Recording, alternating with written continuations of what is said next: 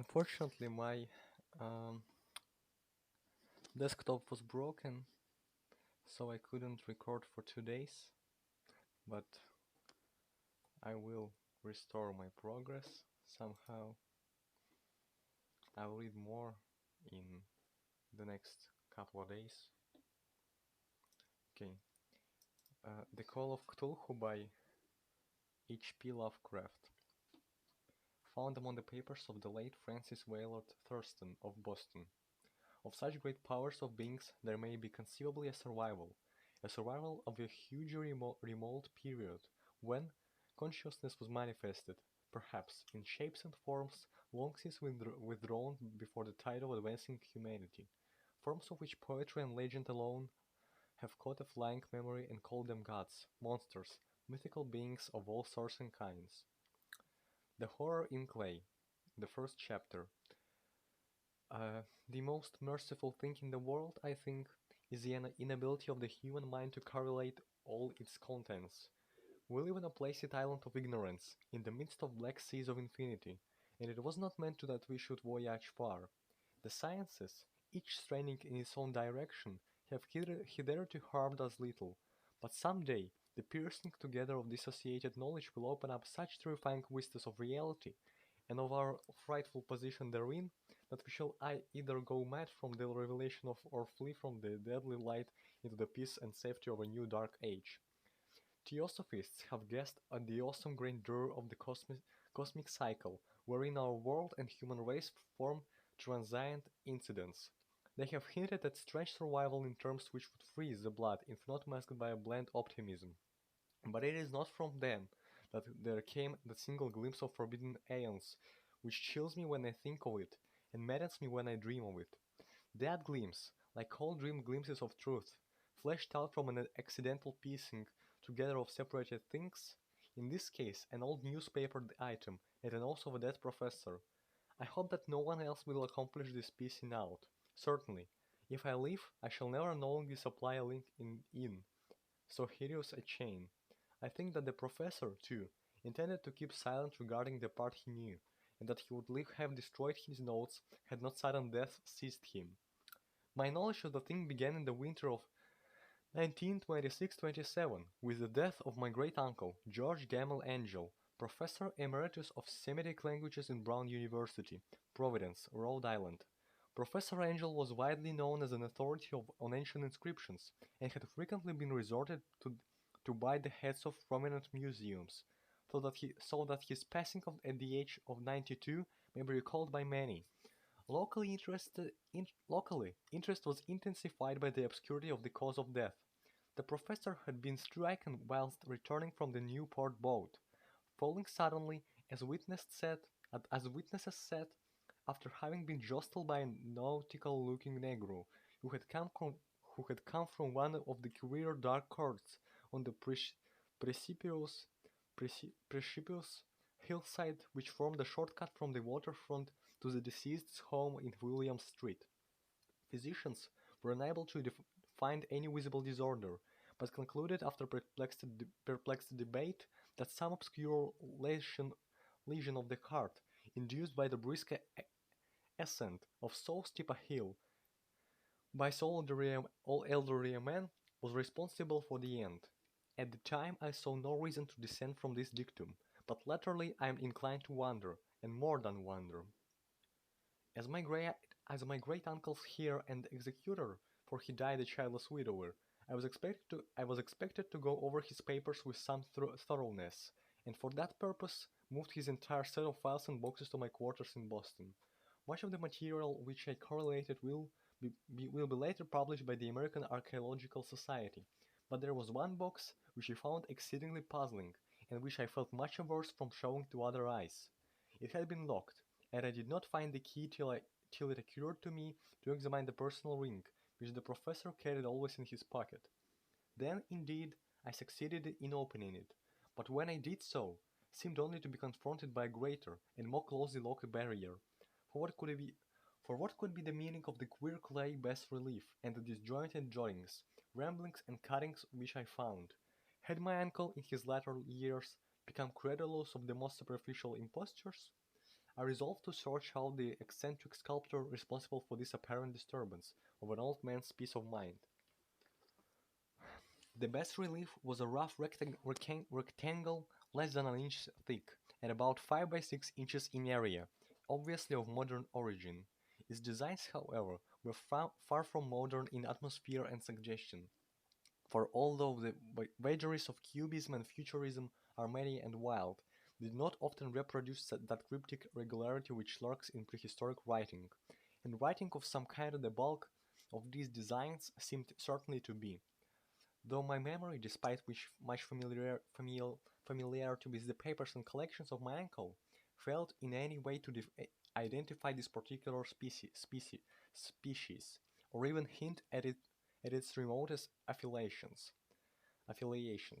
Above these apparent hieroglyphics was a figure of evidently pictorial intent, though its impressionistic execution forbade a very clear idea of its nature. It seemed to be a sort of monster, or symbol representing a monster, of a form which only a diseased fancy could conceive.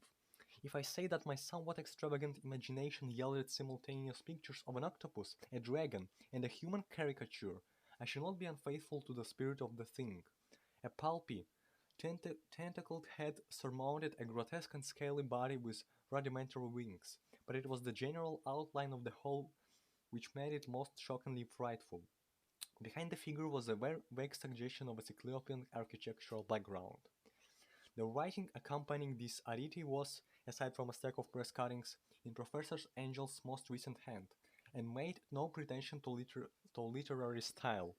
What seemed to be the main document was headed Cthulhu Cult, in characters painstakingly printed to avoid the erroneous reading of a word so unheard of.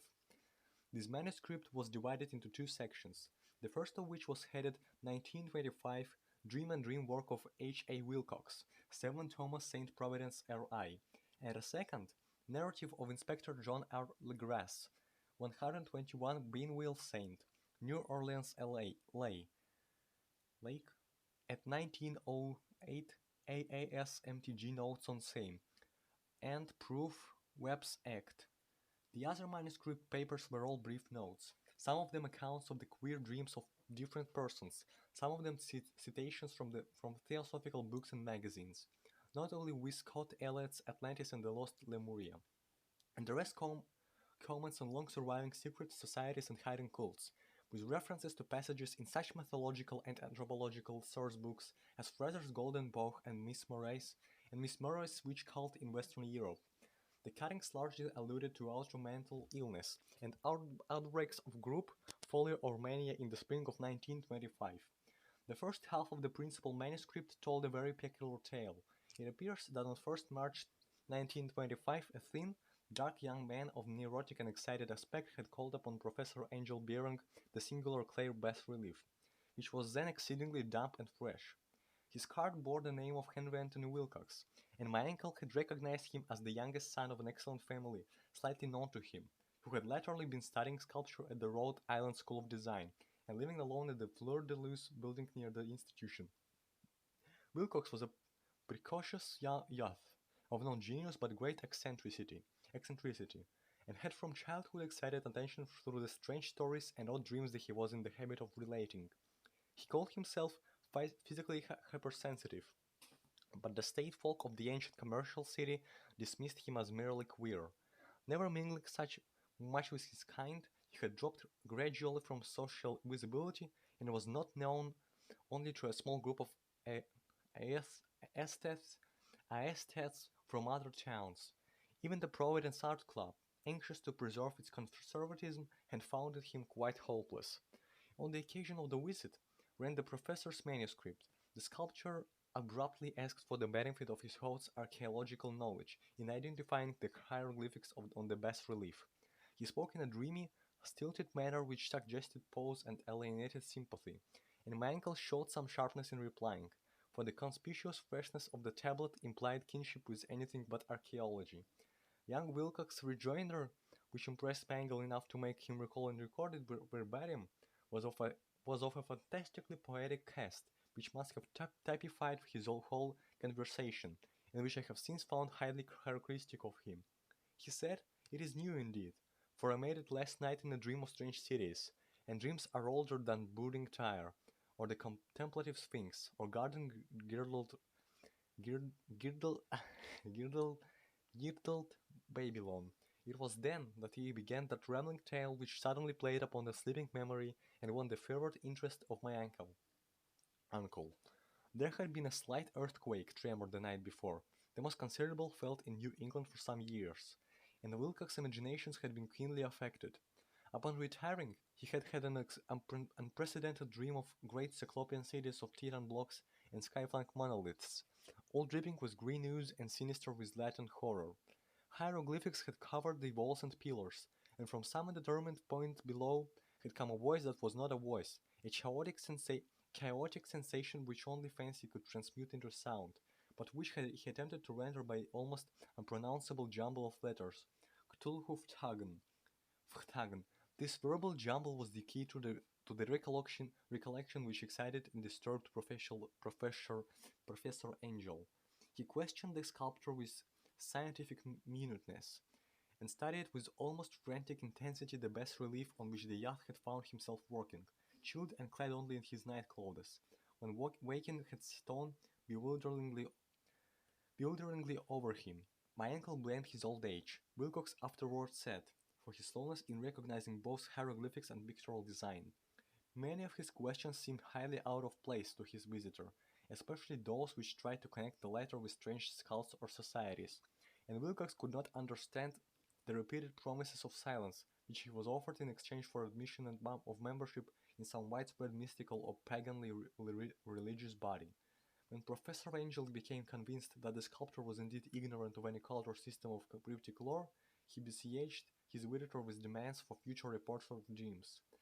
This bore regular fruit, for after the first interview, the manuscript records daily calls of the young man, during which he related startling fragments of nocturnal imagery, whose burden was always some terrible cyclopean vista of dark and dripping stone, with a subterranean voice over intelligence shouting monotonously in enigmatical sense impacts, unscribable save as gibberish. The two sounds most frequently repeated are those rendered by the letters Cthulhu and Reliech. On 33 March, on 33rd March, the manuscript continued. Wilcox failed to appear, and inquiries at his quarters revealed that he had been stricken with an obscure sort of fever and taken to the home of his family in Waterman Street. He had cried out in the night, arousing several other artists in the building, and had manifested since then only alternations of unconsciousness and delirium. My uncle at once telephoned the family, and from that time forward kept close watching of the case, calling often at the Thayer Street office of Dr. Toby, whom he learned to be in charge. The youth's febrile mind, apparently, was dwelling on strange things, and the doctor shuddered now and then as he spoke of them. They included not only a repetition of what he had formerly dreamed, but touched wildly on gigantic things miles high, which walked or lumbered about. He had no time fully describe this object, but occasional frantic words, as repeated by Dr. Toby, convinced the professor that it must be identical with the nameless monstrosity he had sought to depict in his dream sculpture. Reference to this object, the doctor added, was invariably a prelude to the young man's subsidence into lethargy. His temperature, oddly enough, was not greatly above normal, but the whole condition was otherwise such as to suggest true fever rather than mental disorder. On 2nd April at about 3 p.m., every trace of Wilcox's melody suddenly ceased. He sat upright in bed, astonished to find himself at home and completely ignorant of what had happened in dream of reality since the night of 22nd March. Pronounced well by his physician, he returned to his quarters in 3 days, but to Professor Angel he was of no further assistance. All traces of strange dreaming had vanished with his recovery, and my uncle kept no record of his thoughts after a week of pointless and irrelevant accounts of thoroughly usual visions. Here the first part of the manuscript ended, but references to certain of the scattered notes gave me much material for thought. So much, in fact, that only the ingrained skepticism then forming my philosophy can account for my continued distrust of the artist. The notes in question were those descriptive of the dreams of various persons, covering the same period as that in which young Wilcox had had his strange visitations.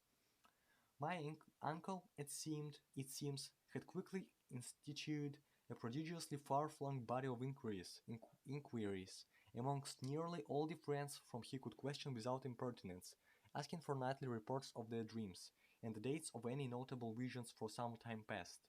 The reception of his request seems to have been varied, but he must, at the very least, have received more responses than any ordinary man could have handled without a secretary. This original correspondence was not preserved, but his notes formed a thorough and really significant digest. Average people in society and business, New England's traditional salt of the earth, give an almost completely negative result. Those scattered cases of uneasy but formless nocturnal impressions appeared here and there, always between 23rd March and 2nd April, the period of young Wilcox's delirium. Scientific men were little more affected, though 4 cases of vague descriptions suggest fugitive glimpses of strange landscapes, and in one case there is a mention of a dread of something abnormal. It was from the artists and poets that the pertinent answers came, and I know that panic would have broken loose had they been able to compare notes. As it was, like in the original letters, I half suspected the compiler of having asked leading questions, or of having edited the correspondence in corroboration of what he had latently resolved to see. That is why I continued to feel that Wilcox, somehow cognizant of the old data which my uncle had possessed, had been imposing on the veteran scientist. These responses from Aestates told a disturbing tale. From 28th February to 2nd April, a large proportion of them had dreamed very bizarre things, the intensity of the dreams being immeasurably stronger during the period of the sculptor's delirium. Over a fourth of those who reported anything reported scenes and half sounds not unlike those which Wilcox had described, and some of the dreamers confessed an acute fear of the gigantic nameless thing visible towards the last. One case, which the note describes with emphasis, was very sad. The subject, a widely known architect with leanings towards theosophy and occultism, went violently insane on the date of young Wilcox's seizure, and expired several months later after incessant screamings to be saved from some escaped denizen of hell.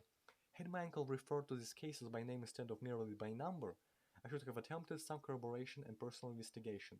But as it was, I succeeded in tracing down only a few. All of these, however, bore out the notes in full. I have often wondered if all the subjects of the professor's questioning felt as puzzled as did this fraction. It is well that no explanation shall ever reach them. The press cuttings, as I have intimated, touched on cases of panic, mania, and eccentricity during the given period. Professor Angel must have employed a curing bureau, for the number of extracts was tremendous, and the sources scattered throughout the globe. Here was a nocturnal suicide in London, where a lone sleeper had leaped from a window after a shocking cry.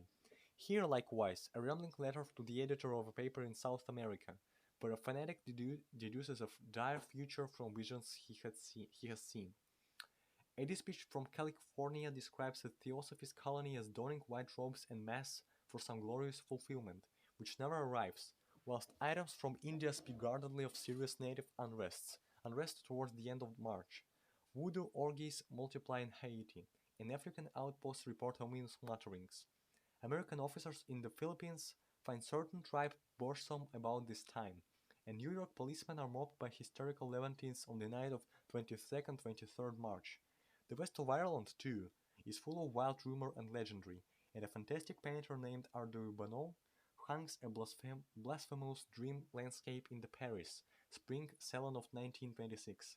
And so numerous are the recorded troubles in insane asylums that only a miracle can have stopped the medical fraternity from noting strange parallelisms and drawing mystified conclusions. A weird bunch of cuttings, all told, and I can at this date scarcely envisage the callous rationalism with which I set them aside. But I was then convinced that young Wilcox had known of the older matters mentioned by the professor. Second chapter, The Tale of Inspector Legras. The older matters which had made the sculptor's vision and bas relief so significant to my uncle formed the subject of the second half of his long manuscript. Once before, it appears, Professor Angel had seen the hellish outlines of the nameless monstrosity, puzzled over the unknown hieroglyphics, and heard the ominous syllables which can be rendered only as Cthulhu, and all this in so stirring and horrible a connection that it is small wonder he pursued young Wilcox with curious and demands for data. This earlier experience had come in 1908, 17 years before, when the American Archaeological Society held its annual meeting in St. Louis. Professor Angel, as befitted one of his authority and attainments, had had a prominent part in all the deliberations, and was one of the first to be approached by several outsiders who took advantage of the convocation to offer questions for correct answering and problems for expert solution. The chief of these outsiders, and in a short time the focus of interest for the entire meeting, was a commonplace-looking middle-aged man, who had traveled all the way from New Orleans for certain special information unobtainable from any local source. His name was John Raymond Legras, and he was by profession an inspector of police. With him he bore the subject of his visit, a grotesque, repulsive, and apparently very ancient stone statuette, whose origin he was at a loss to determine. It must not be fancied that Inspector Legras had the least interest in archaeology. On the contrary, his wish for enlightenment was prompted by purely professional considerations. The statuette, idol, fetish, or whatever it was, had been captured some months before in the wooded swamps south of New Orleans during a raid on a supposed voodoo meeting, and so singular and hideous were the rites connected with it, that the police could not but realize that they had stumbled on a dark cult totally unknown to them, and infinitely more diabolic than even the blackest of the African voodoo circles. Of its origin, apart from the erratic and unbelievable tales extorted from the captured members, absolutely nothing was to be discovered. Hence the anxiety of the police for any antiquarian lore which might help them to place the frightful symbol, and through it track down the cult to its fountain head. Inspector Legras was scarcely prepared for the sensation which his offering created. One side of the thing had been enough to throw the assembled men of science into a state of tense excitement, and they lost no time in crowding around him to gaze at the diminutive figure whose utter strangeness and air of genuinely abysmal antiquity hinted so potently at an open and archaic vistas. No recognized school of sculpture had animated this terrible object, yet centuries and even thousands of years seemed recorded in its dim and greenish surface of unplaceable stone. The figure, which was finally passed slowly from man to man for close and careful study, was between 7 and 8 inches in height, and of exquisitely artistic workmanship. It represented a monster of regular anthropoid outline, but with an octopus-like head, whose face was a mass of fillers, a scaly, rubbery-looking body, prodigious claws on hind and fore feet, and long, narrow wings behind. This thing, which seemed instinct with a fearsome and unnatural malignancy, was of somewhat bloated corpulence, and squatted heavily on a rectangular block or pedestal covered with undecipherable characters. The tips of the wings touched the back edge of the block. The seat occupied the center, whilst the long, curved claws of the doubled-up, crouching hind legs gripped the front edge and extended a quarter of the way down towards the bottom of the pedestal. The cephalopod head was bent forward, so that the ends of the facial feelers brushed the backs of a huge forepaws, which clasped the croucher's elevated knees. The aspect of the whole was abnormally lifelike, and the more subtly fearful because its source was so totally unknown. Its vast, awesome, and incalculable age was unmistakable, yet not one link did it show with any known time of art belonging to civilization's youth, or indeed to any other time. Totally separate and apart, its very material was a mystery, for the soapy, greenish-black stone with its golden or iridescent flecks and striations resembled nothing familiar to geology or mineralo- miner- mineralogy. The characters along the base were equally baffling, and no member present, despite a representation of half the world's expert learning in this field, could form the least notion of even their remotest linguistic kinship. They, like the subject and material, belonged to something horribly remote and distinct from mankind as we know it, something frightfully suggestive of old and unhallowed cycles of life, in which our world and our conceptions have no part. And yet, As the members severely shook their heads and confessed defeat at the inspector's problem, there was one man in that gathering who suspected a touch of bizarre familiarity in the monstrous shape and writing, and who presently told with some diffidence of the old trifle he knew.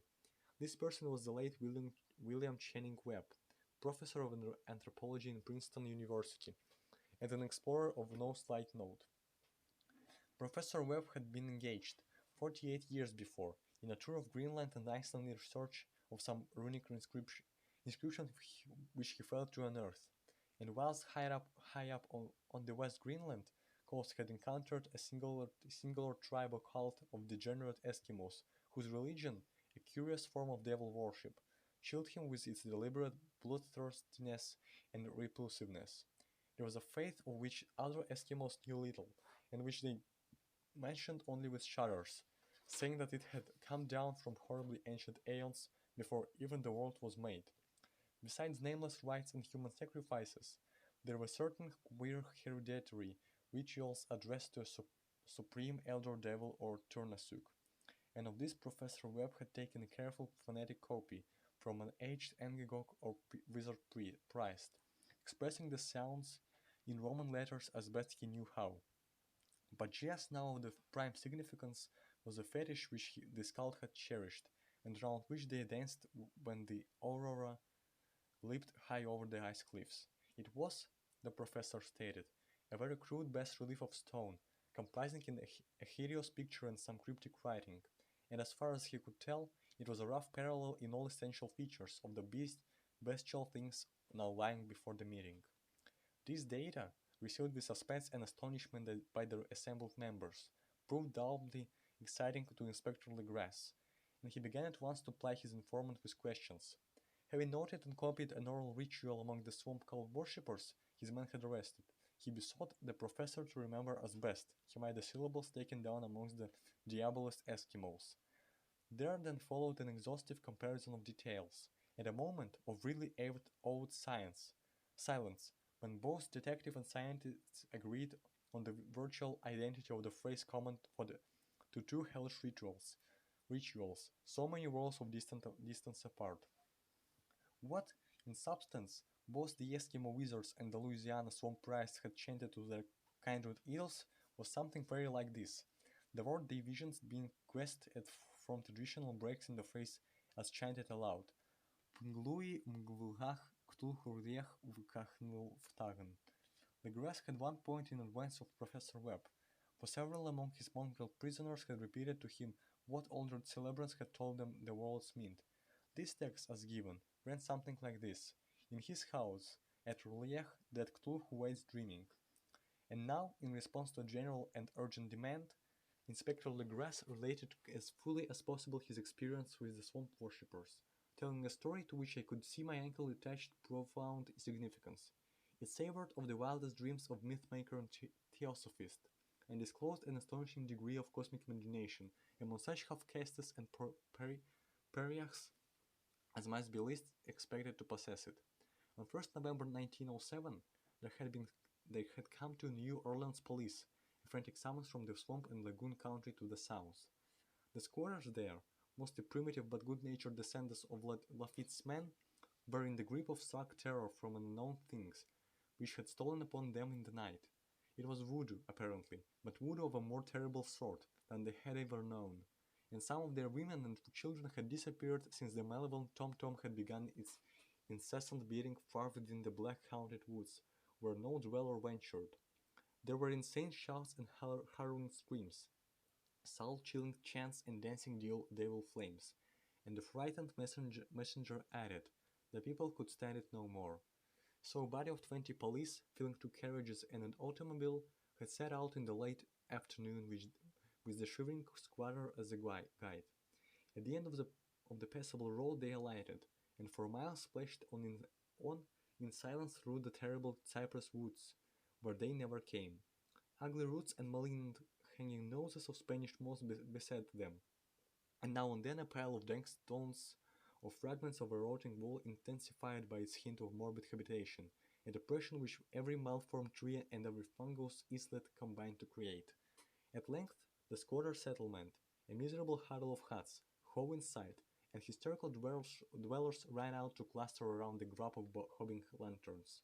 The muffled beat of tom-toms was now faintly audible far ahead, and a curdling shriek came in at infrequent intervals when the wind shifted. A reddish glare, too, seemed to filter through the pale undergrowth beyond endless avenues of forest night. Reluctant even to be left alone again, each one of the cowed squatters refused point-blank to advance another inch towards the scene of unholy worship. So Inspector Legrès and his 19 colleagues plunged on unguided into black arcades of horror that none of them had ever trod before. The region now entered by the police was one of traditionally evil repute, substantially unknown and untraversed by white men. There were legends of a hidden lake unglimpsed by a mortal sight, in which dwelt a huge, formless white polypus, thing with luminous eyes, and squatters whispered that bat-winged devils flew out of caverns in inner earth to worship it at midnight. They said it had been there before D'Iberville, before LaSalle, before the Indians, and before even the wholesome beasts and birds of the woods. It was nightmare itself, and to see it was to die. But it made men dream, and so they knew enough to keep away. The present voodoo orgy was, indeed, on the merest fringe of this abhorrent area, but that location was bad enough. Hence perhaps the very place of the worship had terrified the squatters more than the shocking sounds and incidents. Only poetry or madness could do justice to the noises heard by Legras's men as they ploughed on through the black moors towards the red glare and the muffled tom-toms. There are vocal qualities peculiar to men, and vocal qualities peculiar to beasts, and it is terrible to hear the one when the source should yell the other. Animal fury and orgiastic license were whipped themselves to demoniac heights by howls and skulking ecstasies that tore and reverberated through those nighted woods like pestilential tempests from the gulfs of hell. Now and then the less organized ululations would cease, and from what seemed a well-drilled chorus of hoarse voices would rise in sing-song chant that hideous phrase of ritual, "Fungluim gulgach Cthulhu riech gachen Then the men, having reached a spot where the trees were thinner, came suddenly in sight of the spectacle itself. 4 of them reeled, 1 fainted, and 2 were shaken into a frantic cry which the mad cacophony of the orgy fortunately deadened. The grass dashed swamp water on the face of the fainting man, and all stood trembling and nearly hypnotized with horror. In a natural glade of the swamp stood a grassy island of perhaps an acre's extent, clear of trees and tolerably dry. On this now leaped and twisted a more indescribable horde of human abnormality than any but a Sime or an Angarola could paint. Void of clothing, this hybrid spawn were braying, belonging and writing about a monstrous ring-shaped bonfire, in the center of which, revealed by occasional rifts in the curtain of flame, stood a great granite monolith some 8 feet in height, on top of which, incongruous in its diminutiveness, rested the noxious carven statuette. From a wide circle of 10 scaffolds, set up at regular intervals with the flame-girt monoliths at the center hung, head downward, the only married bodies of the helpless squatters who had disappeared.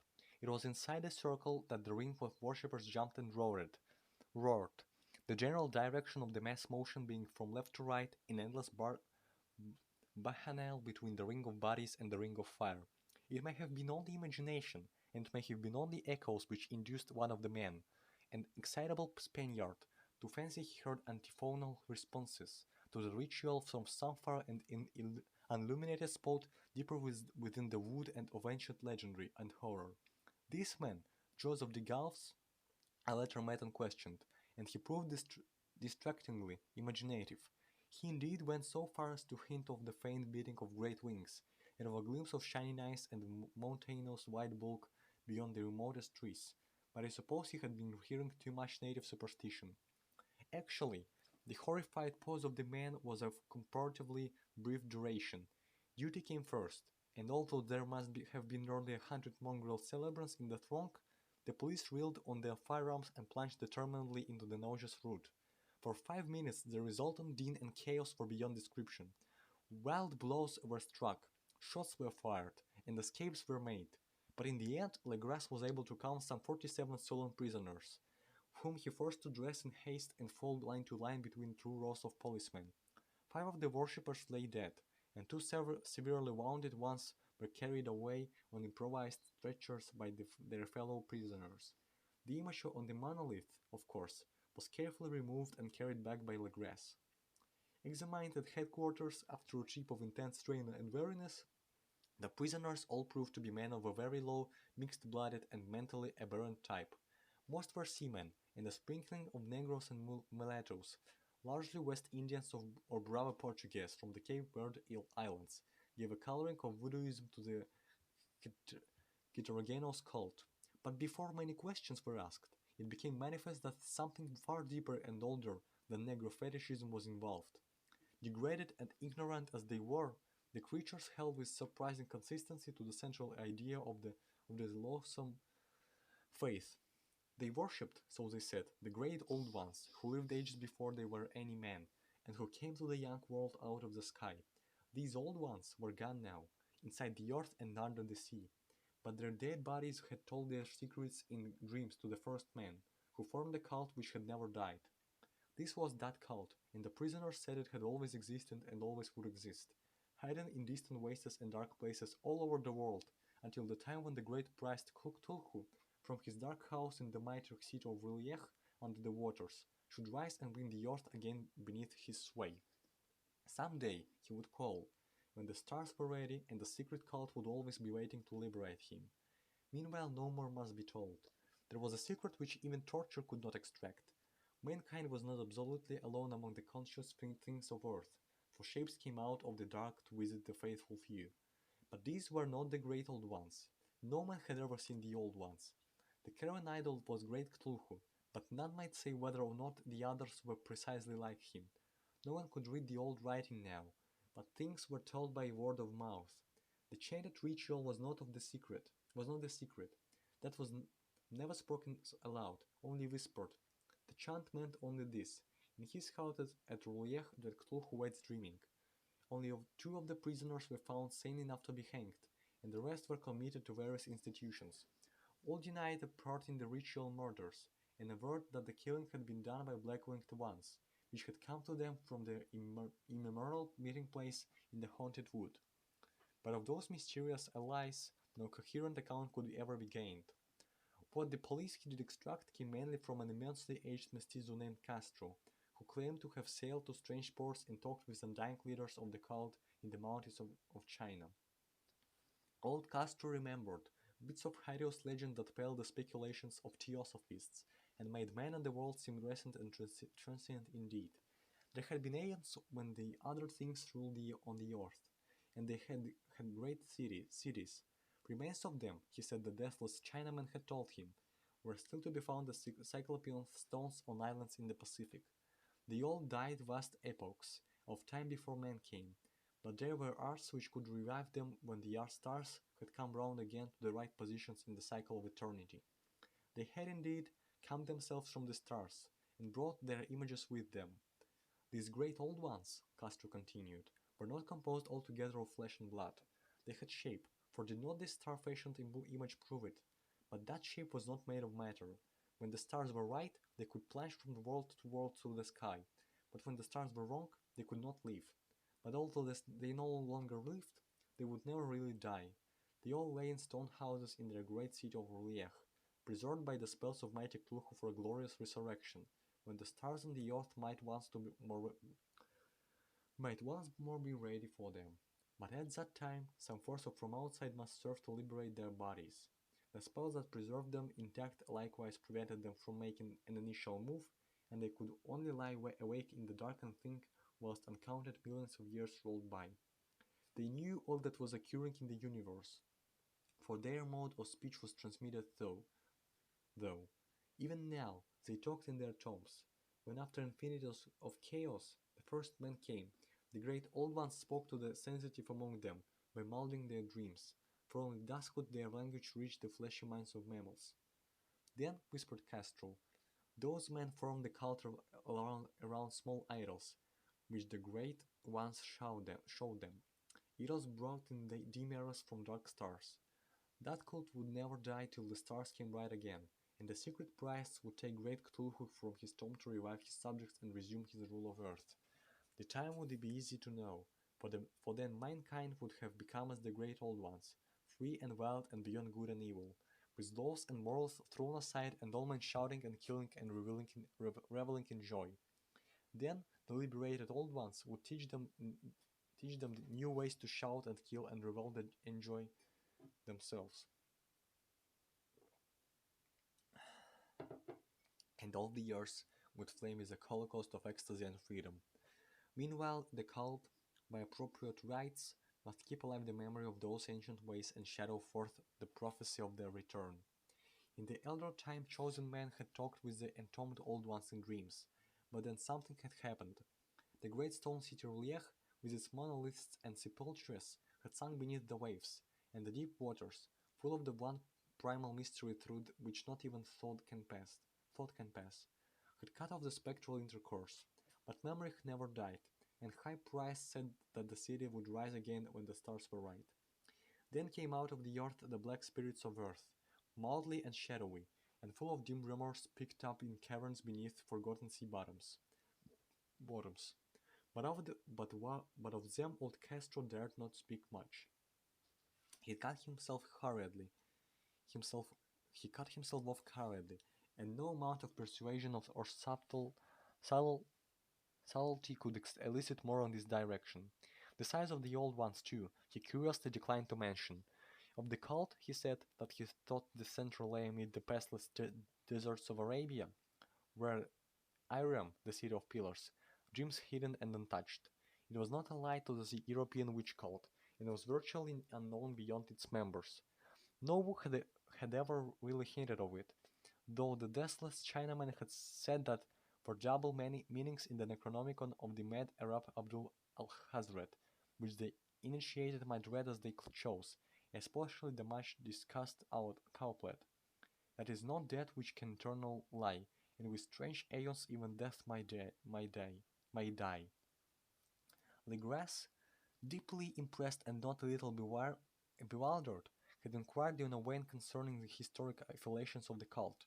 Castro, apparently, had told the truth when he said that it was wholly secret. The authorities at Tulane University could shed no light upon either cult or image, and now the detective had come to the highest authorities in the country, and met with no more than the Greenland tale of Professor Webb. The feverish interest aroused in the meeting by Legras' tale, corroborated as it was by the statuette, is echoed in the subsequent correspondence of those who attended, although scant mention occurs in the formal publication of the society. Caution is the first care of the accustomed to face occasional charlatanry and imposture. Legras for some time lent the image to Professor Webb, but at the latter's death it was returned to him and remains in his possession, where I viewed it not long ago. It is truly a terrible thing, and unmistakably akin to the dream sculpture of young Wilcox. That my uncle was excited by the tale of sculpture I did not wonder, for what thoughts must arise upon hearing, after a knowledge of what Legras had learned of the cult, of a sensitive young man, who had dreamed not only the figure and exact hieroglyphics of the found image in the Greenland Devil tablet, but had come in his dreams upon at least three of the precise words of the formula, uttered alike by Eskimo diabolists and mongrel Louisians. Professor Angel's instant start on an investigation of the way of the utmost thoroughness was eminently natural, though privately I suspected young Wilcox of having heard of the cult in some indirect way, and of having invented a series of dreams to hasten and continue the mystery at my uncle's expense. The dream narratives and cuttings collected by the professors were, of course, strong corroboration, but the rationalism of my mind and the extravagance of the whole subject led me to adopt what I thought the most sensible conclusions.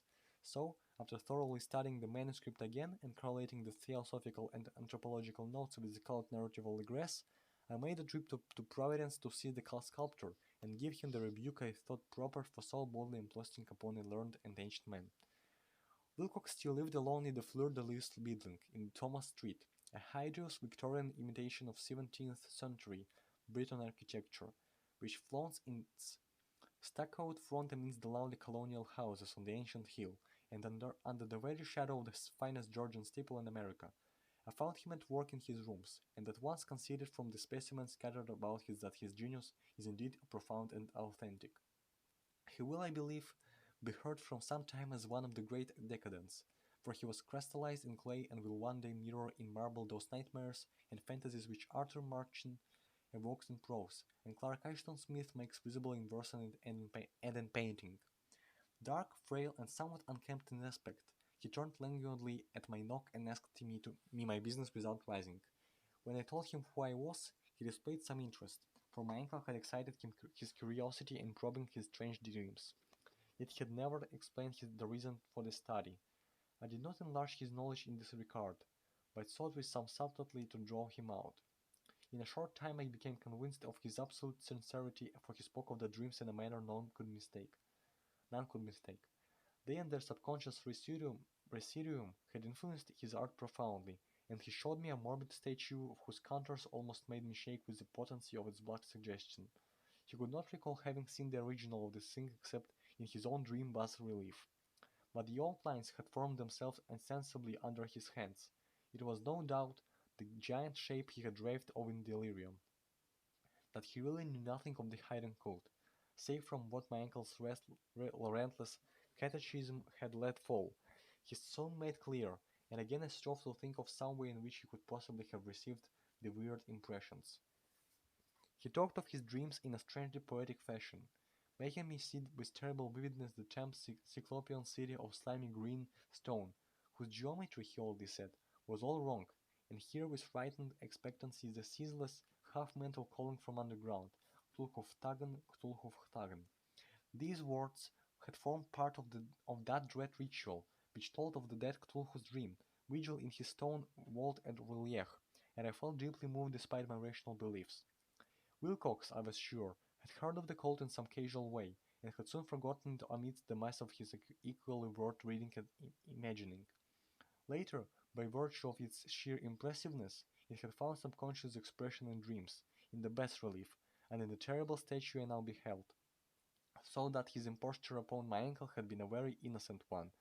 The youth was of a type, at once slightly affected and slightly ill-mannered, which I could never like, but I was willing enough for now to admit both his genius and his honesty. I took leave of him amicably, and wished him all the success his talent promises. The matter of the cult still remained to fascinate me, and at times I had visions of personal fame from researches into its origin and connections. I visited New Orleans, talked with Legras and others of that old-time raiding party, saw the frightful image, and even questioned such of the mongrel prisoners as still survived. Old Castro, unfortunately, had been dead for some years. What I now heard so graphically at first hand, though it was really no more than a detailed confirmation of what my uncle had written, excited me afresh, for I felt sure that I was on the track of a very very secret, and very ancient religion whose discovery would make me an anthropologist of note. My attitude was still one of absolute materialism, as I wish it still here, and discounted with the most inexplicable perversity the coincidence of the dream notes and note cuttings collected by Professor Angel. One thing which I began to suspect, and which I now fear I know, is that my uncle's death was far from natural.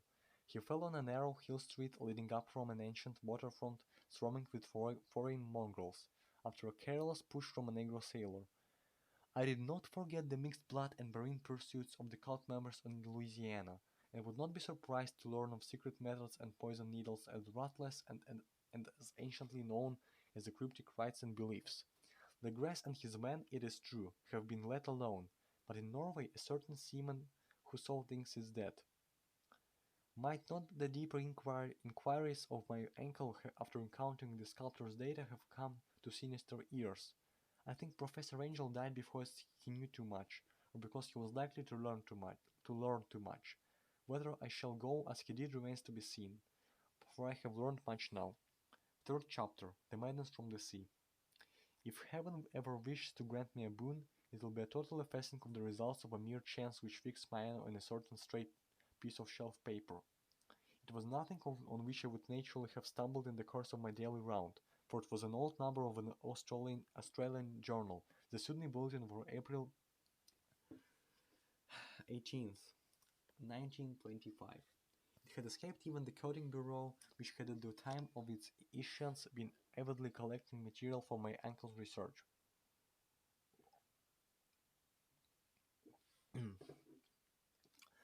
I had largely given over my inquiries into what Professor Angel called the Cthulhu cult, and was visiting a learned friend in Paterson, New Jersey, the curator of a local museum and a mineralogist of note.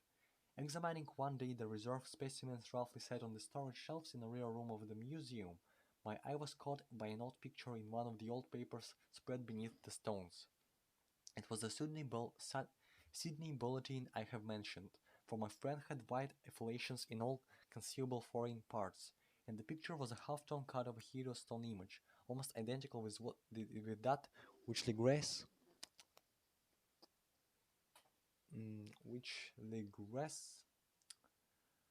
had found in the swamp. Eagerly cleaning the sheet of its precious contents, I scanned the item in detail, and was disappointed to find it only of moderate length. What it suggested, however, was of pertinent significance to my flagging quest, and I carefully tore it out for immediate action. It read as follows: Mystery derelict found at sea. Vigilant arrives with helpless armed New Zealand yacht in tow. One survivor and dead man found aboard. Tale of desperate battle and death at sea. Rescued seaman refuses particulars of strange experience. Odd idol found in his possession. Inquiry to follow. Um, the Morrison Company's Fragner Vigilant, bound from Valparaiso, arrived this morning at its wharf in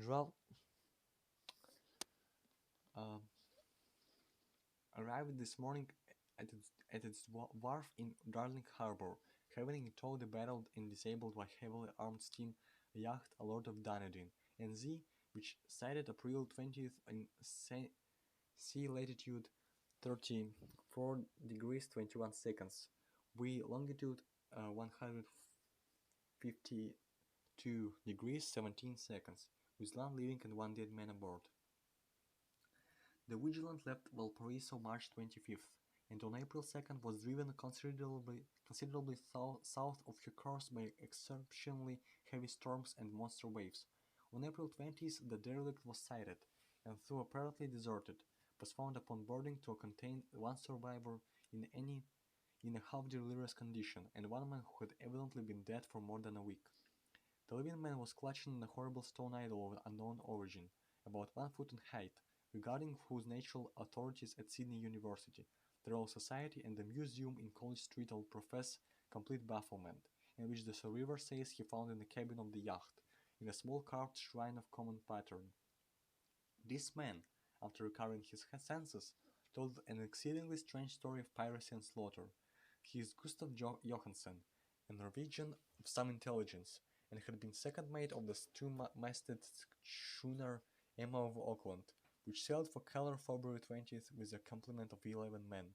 The Emma, he says, was delayed and thrown widely south of her course by the great storm of March 1st, and on March 22nd, in S latitude 49 degrees 51 seconds, V longitude, south longitude, and west longitude 128 degrees 34 seconds, encountered the Alert, manned by a queer and evil-looking crew of Kanakas and half-castes. Being ordered peremptorily to turn back, Captain Collins refused, whereupon the strange crew began to fire savagely and without warning upon the schooner with a peculiarly heavy battery of brass cannon forming part of the yacht's equipment. The Emma's men shout fight, says the survivor, and though the schooner began to sink from shots beneath the waterline, they managed to have alongside their enemy and board her, grappling with the savage crew on the yacht's deck, and being forced to kill them all, the number being slightly superior because of their particularly abhorrent and desperate though rather clumsy mode of fighting. 3 of the Emma's men, including Captain Collins and First Mate Green, were killed, and the remaining eight upon second mate Johansen proceeded to navigate the captured yacht, going ahead in their original direction to see if any reason for their ordering back had existed. The next day, it appears, they raced and landed on a small island, although none is known to exist in that part of the ocean, and six of the men somehow died ashore, though Johansen is clearly reticent about this part of his story, and speaks only of their falling into a rock chasm. Later, it seems, he and one companion boarded the yacht and tried to manage her, but were beaten about the storm of April 2nd. From that time till his rescue on the 20th, the man 12th, the man remembers little, and he does not even recall when William Breeden, his companion, died. Breeden's death reveals no apparent cause, and was probably due to excitement or exposure. Cable advises from Dunedin report that the Alert was well known there as an island trader and bore an evil reputation along the waterfront.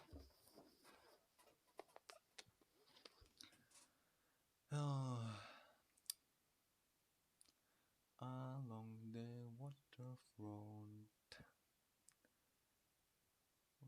Um, can't find where I stopped.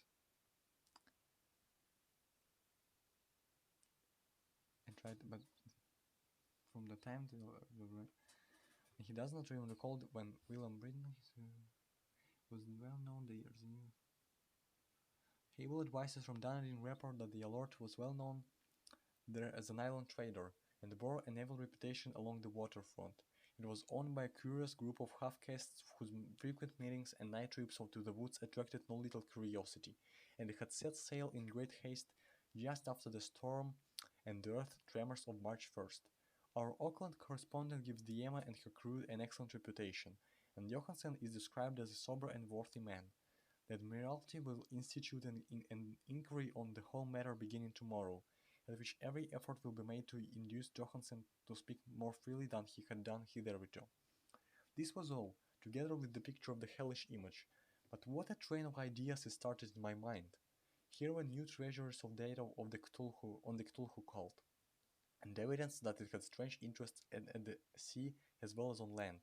What motive prompted by the hybrid crew to order back the Emma as they sailed about with the hideous idol?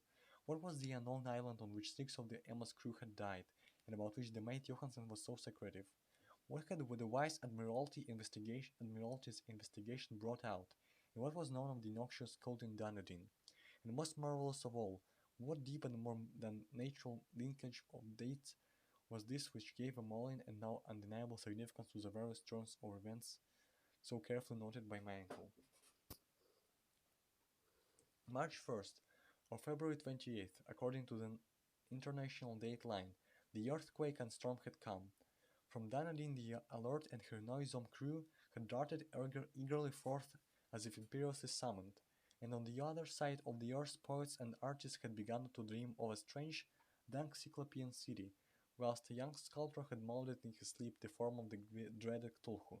March 23rd, the crew of the Emma landed on an unknown island, and left six men dead, and on that date the dreams of sensitive men assumed a heightened vividness and darkened with dread of a giant monster's malign pursuit. Whilst an architect had gone mad and the sculptor had lapsed suddenly into delirium. And what of the storm of April 2nd, the date on which all dreams of the Dunk City ceased, and Wilcox emerged unharmed from the bondage of strange fever? What of all, what all, what of all, what of all this, and of those hints of old Castro about the sunken, star-born old ones and their coming Reagan, their faithful cult and their mastery of dreams? Was I tottering on the brink of cosmic horrors beyond man's power to bear? If so, they must be horrors of the mind alone, for in some way the 2nd of April had put a stop to whatever monstrous menace had begun its siege of mankind's soul.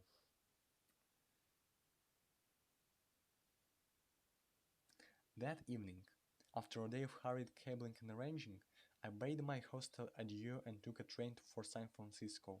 In less than a month I was in Dunedin, where, however, I found that little was known of the strange cult members, who had lingered in the old sea taverns.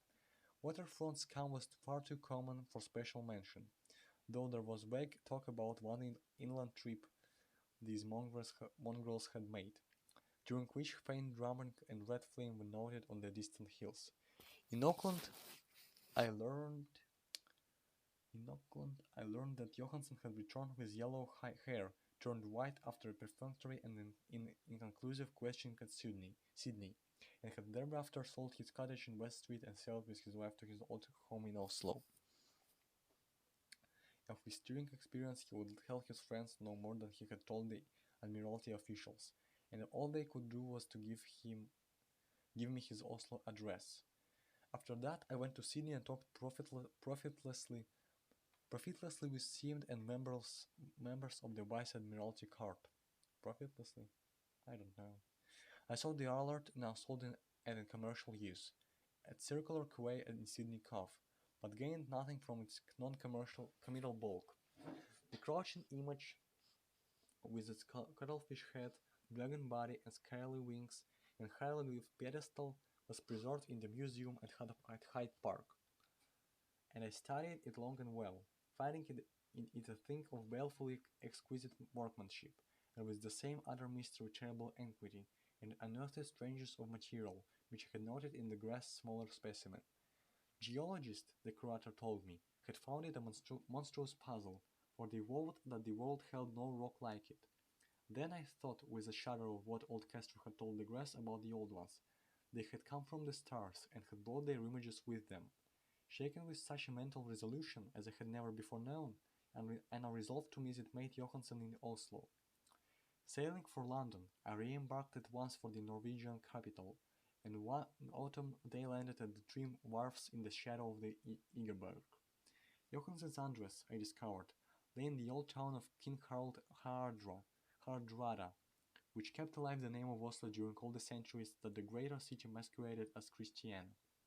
I made a brief trip by taxicab, and knocked with a palpitant heart at the door of a neat and ancient building with plastered front. A sad-faced woman in black answered my summons, and I was stung with disappointment when she told me in halting English that Gustav Johansen was no more. He had not survived his return, said his wife, for the doings at sea in 1925 had broken him. He had told her no more than he told the public, but but had left a long manuscript of technical matters, as he said, written in English, evidently in order to guard her from the peril of casual perusal. During a walk through a narrow lane near the Gothenburg dock, a bundle of papers falling from an attic window had knocked him down. Two Lascar sailors at once helped him to his feet, but before the ambulance could reach him, he was dead.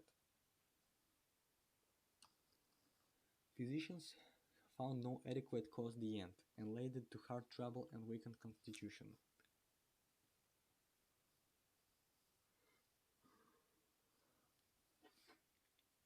And I felt gnawing at my vitals the dark terror which will never leave me till I too am at rest, accidentally or otherwise.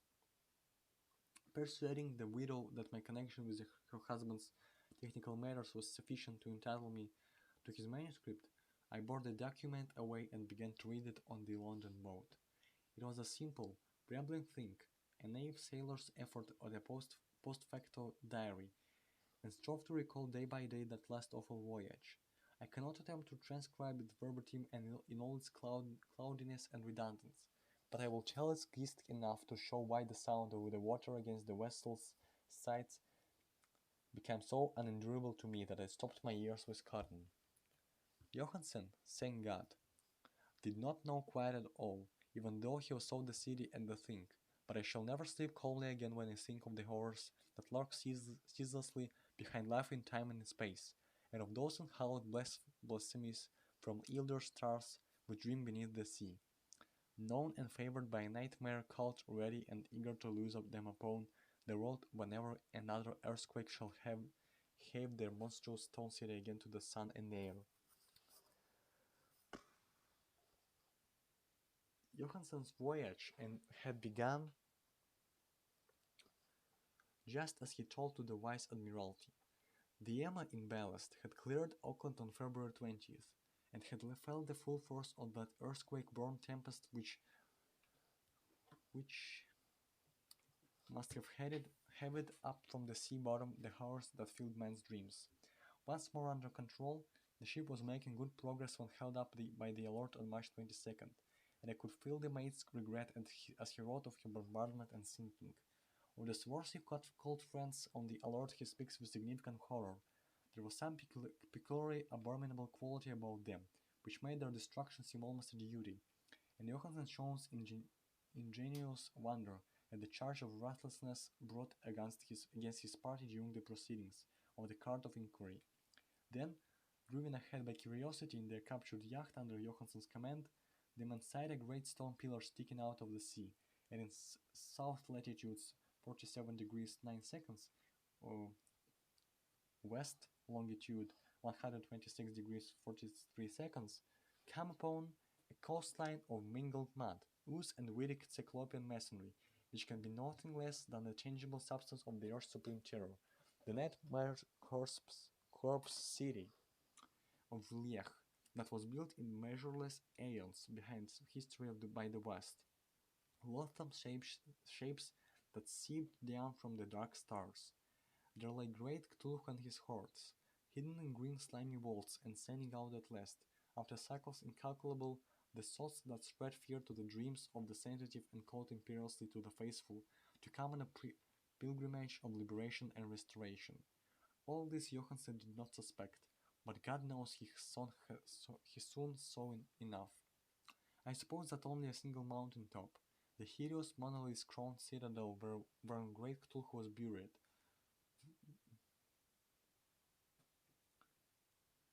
actually emerged from the waters. When I think of the extent of all that may be brooding down there, I almost wish to kill myself forthwith. Johansen and his men were awed by the cosmic majesty of this dripping Babylon of elder daemons, and must have guessed without guidance that it was nothing of this or of any sane planet.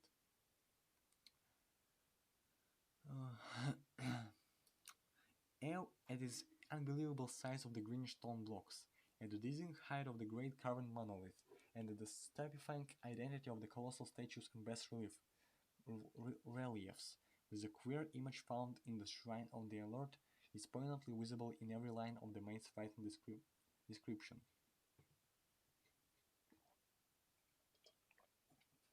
Without knowing what futurism is like, Johansen achieved something very close to it when he spoke of the city, for instead of describing it any definite structure or building, he dwells only on broad impressions of vast angles and stone surfaces too great to belong to anything right or proper for this earth, and impious with horrible images and hieroglyphs.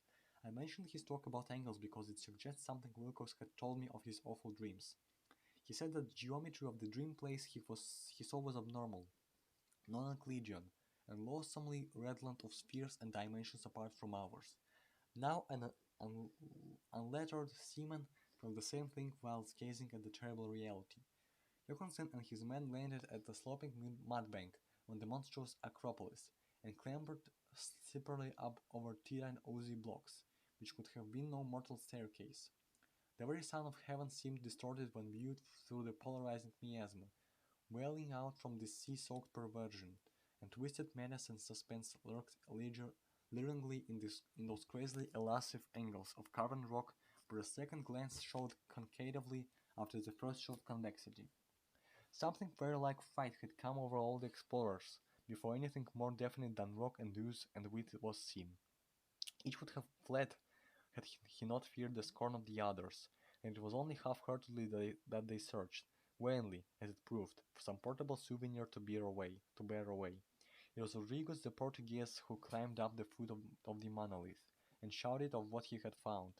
The rest followed him, and looked curiously at the immense carved door with the now familiar squid dragon bas-relief. It was, Johansen said, like a great barn door, and they all felt that it was a door because of the ornate lintel, threshold, and jumps around it, though they could not decide whether it lay flat like a trapdoor or slantwise like an outside cellar door. As Wilcox would have said, the geometry of the place was all wrong. One could not be sure that the sea and the ground were horizontal, hence the relative position of everything else seemed phantasmatically phantasmally variable. Breeden pushed at the stone in several places without result. The Donovan felt over it delicately around the edge, pressing each point separately as he went. He climbed interminably along the grotesque stone molding. That is, one would call it climbing if the thing was not after all horizontal, and the man wondered how any door in the universe could be so vast. Then, very softly and slowly, the acre great lintel began to give inward at the top, and I saw that it was balanced. Donovan slid or somehow propelled himself down or along the jump and rejoined his fellows, and everyone watched the queer recession of the monstrosity carven portal. In its fantasy of prismatic distortion, it moved ano- anomalously in a diagonal way, so that all the rules of matter and perspective seemed upset. The aperture was black with a darkness almost material. The tenebrownness was indeed a positive quality, for it obscured such parts of the inner walls as ought to have been revealed, and actually burst forth like smoke from its aeon-long imprisonment, visibly darkening the sun and as it slunk away into the shrunken and gibbous sky, on flapping membranous wings. The odor rising from the newly opened depth was intolerable, and at length the quick-eared Hawkins thought he heard a nasty, slapping sound down there. Everyone listened, and everyone was listening still when it lumbered slobberingly into sight and gropingly squeezed its gelatinous green immensely through the black doorway into the tainted outside air of that poison city of madness. Poor Johansen's handwriting almost gave out when he wrote all this. Of the 6 men who never reached the ship, he thinks 2 perished of pure fright in that accursed instant. The thing cannot be described. There is no language for such abysms of shrieking and immemorial lunacy, such eldritch contradictions of all matter, force, and cosmic order. A mountain walked or stumbled. God, what wonder that across the earth a great architect went mad, and poor Wilcox raved with fever in that telepathic instant. The thing of the idols, the green, sticky spawn of the stars, had awakened to claim his own. The stars were right again, and what an age-cold cult had failed to do by design, a band of innocent sailors had done by accident. After bajillions of years, Greek Cthulhu was loose again, and ravening for delight. 3 men were swept up by the flabby claws before anybody turned. God rest them, if there be any rest in the universe. They were Donovan, Guerrera, and Engstrom. Parker slipped as the other 3 were plunging frenziedly over endless vistas of green-crusted rock to the boat, and Johansen swears he was swallowed up by an angle of masonry which shouldn't have been there, an angle which was acute, but behaved as if it were obtuse. So only Breeden and Johansen reached the boat, and pulled desperately for the alert as the mountain's monstrosity flopped down the slimy stones and hesitated, floundering at the edge of the water. Steam had not been suffered to go down entirely, despite the departure of all hands for the shore. It was the work of only a few moments of feverish rushing up and down between wheels and engines to get the Lord down under way. Slowly, amidst the distorted horrors of that indescribable scene, she began to churn the little waters, whilst on the masonry of the channel shore that was not of earth the Titan thing from the stars slavered and gibbered like Polypheme cursing the fleeing ship of Odysseus. Then, bolder than the storied Cyclops, Great Cthulhu slid greasily into the water and began to pursue with vast wave-rising strokes of cosmic potency. Breeden looked back and went mad, laughing shrilly as he kept on laughing at intervals till death found him one night in the cabin, whilst Johansen was wandering deliriously. But Johansen had not given out yet. Knowing that the thing could surely overtake the Alert until steam was fully up, he resolved on a desperate chance, and setting the engine to force full speed, ran lightning like on deck and reversed the wheel. There was a mighty eddying and foaming in the noise-zoned brine.